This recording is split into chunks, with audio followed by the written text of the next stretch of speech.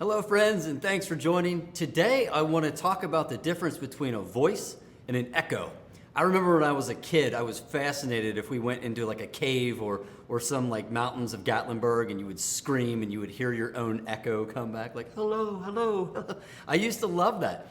Recently, there are a lot of people, well-known people out in the Christian community, especially some well-known prophets, who are saying things like this: don't be an echo, be a voice.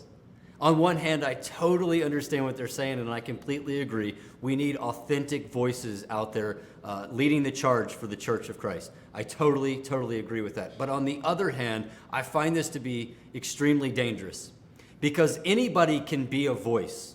Anybody can say whatever they want, but only a true prophet or a true man of God can echo God's voice. So I would actually say that we might have to flip that upside down. I would say it's probably better that we be an echo instead of a voice.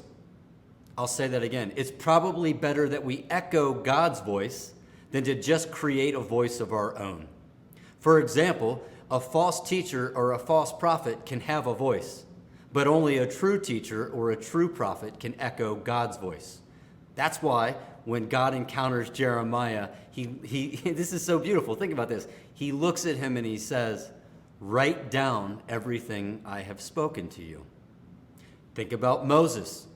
He has an encounter with God. God tells him to write it down on the tablet.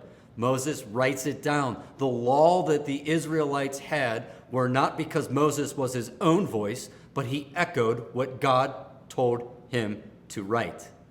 The book of Revelation is filled with this. So many times you hear an angel of the Lord, or even Jesus says to John, "These things that I say to you are good. Write them down. Write them down."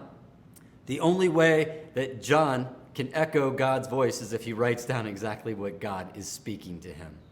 So I encourage us all, I implore us all to stop trying to be a voice of our own and genuinely reflect God's voice. How do I know if it's God's voice? 1 Thessalonians 5 says it this way: do not treat prophecy with contempt. Rather, test everything and hold on to what is good. I bless us in testing everything and holding on to what is good. I bless us in inspecting what we're sensing, feeling, hearing, and weighing it to God's word. And if it fits in God's word, then we share it and we echo everything that he says. Thank you for tuning in. Until next time, do not just repeat everything that man is saying. Focus on repeating on what God is saying. Thank you.